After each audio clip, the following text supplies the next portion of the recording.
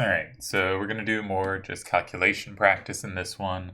3-move calculations, just making sure that with 3 moves left, we can reliably calculate out to the end of the game.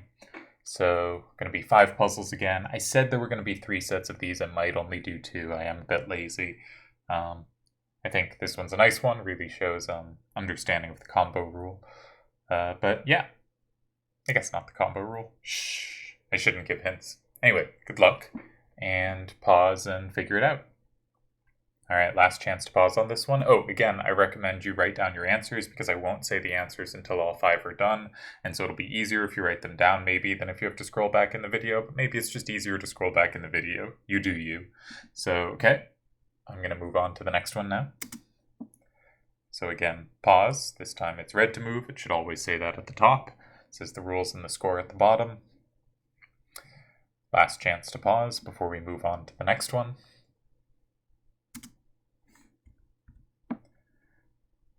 Alright, again, lists everything. It supports Chrono Trigger because it's Chrono Trigger to move. Also, Chrono Trigger is a good game, and I have no idea what Dragon, what even is it? Dragon something deck.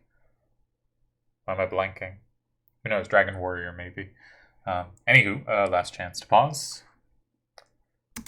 Alright, another problem. This one has more varied position types than the last one. I think the last one comes up a lot, especially if you play in the kind of basic Bob style, but it is worth exploring some more complicated positions to calculate out at the end. Again, last chance to pause. Here is our final problem. Some of these come from random, some come from games with hands. This one quite clearly comes from a game with a hand, as it has more powerful cards and a lot more that play well off each other. Last chance to pause. Here are the answers. The first one was 7, 3, 7A, and 9. The 4, 6, 9A will then plus against all the remaining cards, basically. Second one, 2, 6, 3, 6, and 4, combos a lot of cards. Third one, 2, 4, 5, 4, and 8. Basic Bob would look at that square first because it's the only one that can secure, or it's one that can both secure the card in 9 and try to be secure itself.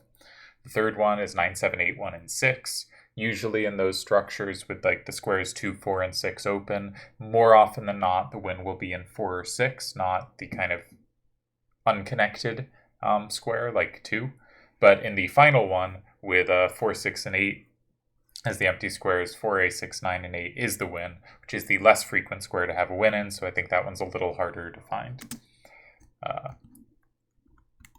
If you got 5 out of 5, great job. If you got 4 out of 5, very good job. That's totally fine. These were a bit harder than the previous. 4 is a really good score. If you got 3, these were harder. I think this is about as good as getting a 4 in the last one and is a totally, passing score. 2 out of 5, should probably worry about your calculation, work on that a bit. And if you got 0 or 1, probably need to work on just understanding the core rules, knowing how combo works. It's probably combo, but maybe some work on plus or plus wall as well. All right, hope you did well and that you feel comfortable calculating out 3-move tactics and reasoning through games in a basic Bob way. Because again, I think a player that can...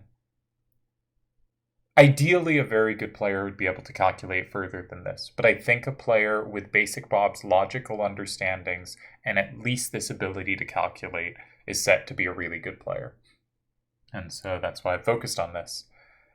And next time, I believe, though I haven't looked at what I've set up yet, we're going to be moving on to a sort of different style of player and talk about the kinds of things they might notice and where they'd play differently than basic Bob would. Not necessarily a better player, but one who finds different ideas.